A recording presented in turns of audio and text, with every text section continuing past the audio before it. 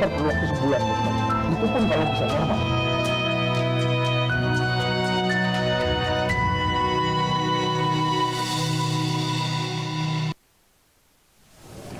Kembali di News Sore pemirsa, korban meninggal dunia akibat tragedi Kanjuruhan bertambah sehingga jumlahnya menjadi 132 orang. Sementara itu sejumlah korban luka hingga kini belum pulih, bahkan ada yang mengalami hilang ingatan.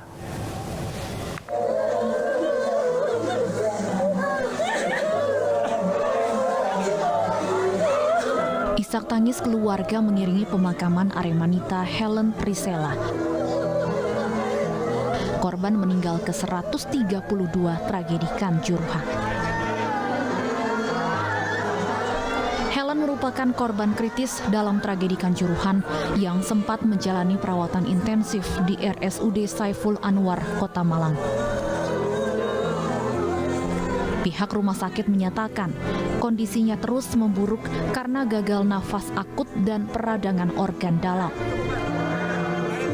Helen bahkan sempat mendapat tindakan operasi pada 4 Oktober lalu. Dia paru-parunya sangat jelek sekali.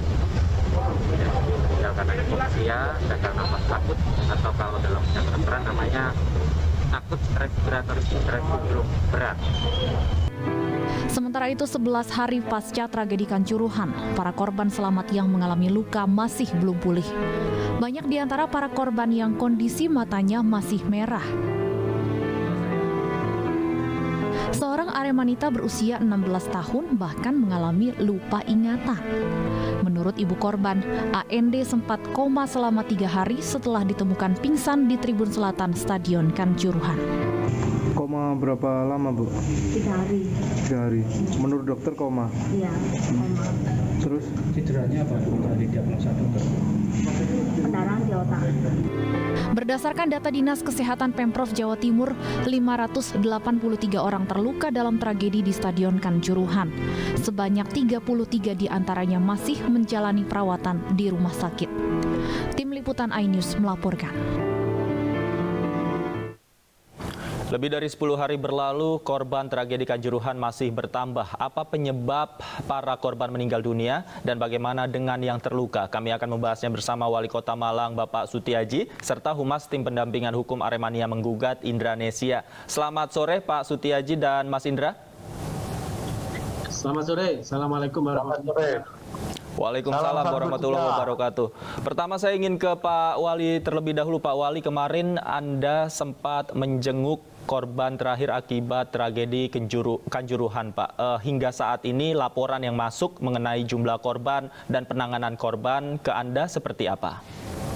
Jadi gini, kemarin itu sebetulnya tanpa sengaja gitu ya. Jadi kami memang selalu komunikasi dengan pihak rumah sakit. Nah, saya waktu di perjalanan dari rumah ke rumah ya, para korban itu saya ditelepon oleh manajemen Arema. Pak Wali di mana posisi? Terus saya bilang, oh saya posisinya di A.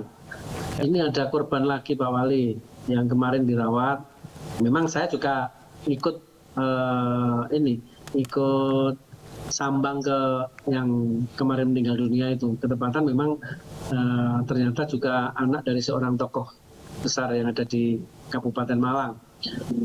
Terus saya nyamperin, saya datang aja ke sana. Ternyata itu orang kabupaten, Mas. Bagi saya itu tidak kabupaten, tidak kota dan batu, ya. Saya adalah mewakili seluruh warga Malang itu. Apa yang bisa saya lakukan, maka saya lakukan. Sehingga saya datang ke rumah sakit. Setelah saya konfirmasi pada Pak Wadir, di Dokter Saifullah saya telepon, setelah benar Pak Wali ini dari Dambit, setelah udah saya nyamperin sana ke keluarganya, terus katanya informasi harus masih menunggu protapnya harus sekian jam untuk validasi untuk inventarisir gitu. Ternyata saya telepon mohon percepatan karena harapannya hari ini juga atau malam itu segera dimakamkan. Maka saya telepon lagi dan ada percepatan untuk segera dipulangkan. Nah, kalau di Kota Malang sampai saat ini, kalau kota ini ya, kalau totalitas kabupaten nanti Mas Indra mungkin nyampaikan ya. Kalau di kota itu yang sampai saat ini yang masih dirawat itu ada 37 yang sampai saat ini yang masih dirawat. Yeah. Terus totalnya yang dirawat itu ada 167 ya. Yang meninggal dunia ada 30. Tapi ini kan problemnya yang dirawat ini kami lakukan terus-menerus pendampingan.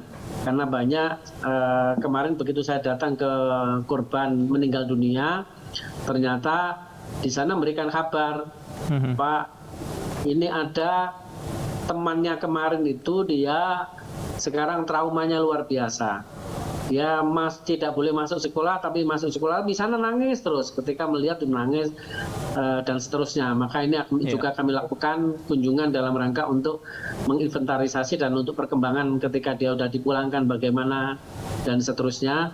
Plus pendampingan trauma healing kami lakukan baik kepada korban yang meninggal dunia maupun korban yang sakit, dan berikan edukasi pada masyarakat terus kami lakukan. Baik, saya ke Mas Indra. Mas Indra, kalau dari data tim pendampingan hukum, korban seperti apa saat ini, kemudian yang masih dirawat, apakah gejalanya rata-rata akibat gas air mata? Informasinya seperti apa? Nah, Assalamualaikum warahmatullahi wabarakatuh. Salam satu jiwa Arema, salam satu bangsa Indonesia. Terima kasih sebelumnya. Yang pertama, terima kasih Pak Wali, sangat respect sekali, cepat sekali respeknya kepada kondisi. Saat saya mendapatkan kabar si Adinda Stella, Helena Presella dari Dampit meninggal dunia, pikiran saya hanya satu, saya berharap adik ini sehat dan kembali pulih kemarin. Karena beberapa hari kami ikut memantau di sana. Tapi ya Allah berkehendak lain, ya udah. Dan kebetulan saat ini posisi saya masih di ujung desa di lereng Semeru. Di sini saya ketemu dengan beberapa korban yang mengalami luka-luka tapi tidak mau dirawat di rumah sakit. Kenapa? Karena mereka mengalami trauma cukup dalam. Dan kami di Aremana Menggugat ini, selain pendampingan hukum, kami juga melakukan non-litigasi dengan melakukan trauma healing. Nah, hari ini saya mendata mereka, ini ada yang sangat-sangat membuat saya sedih sebenarnya, lagi-lagi sedih.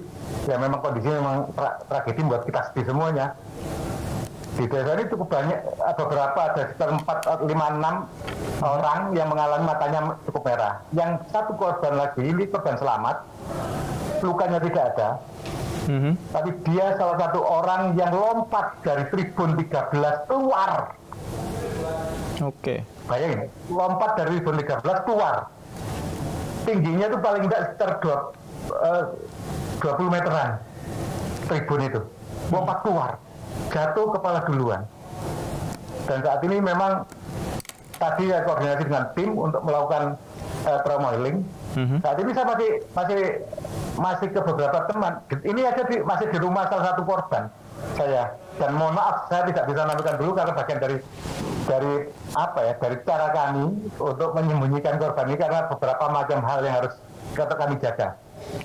Oke, Mas Indra, mohon maaf tadi Anda sebutkan masih banyak korban yang tidak ingin dirawat di rumah sakit. Kemudian apakah hal ini diketahui oleh pemerintah setempat dan mendapatkan bantuan untuk tadi paling tidak membantu tim di sana untuk melakukan trauma healing, kemudian pengobatan, seperti apa?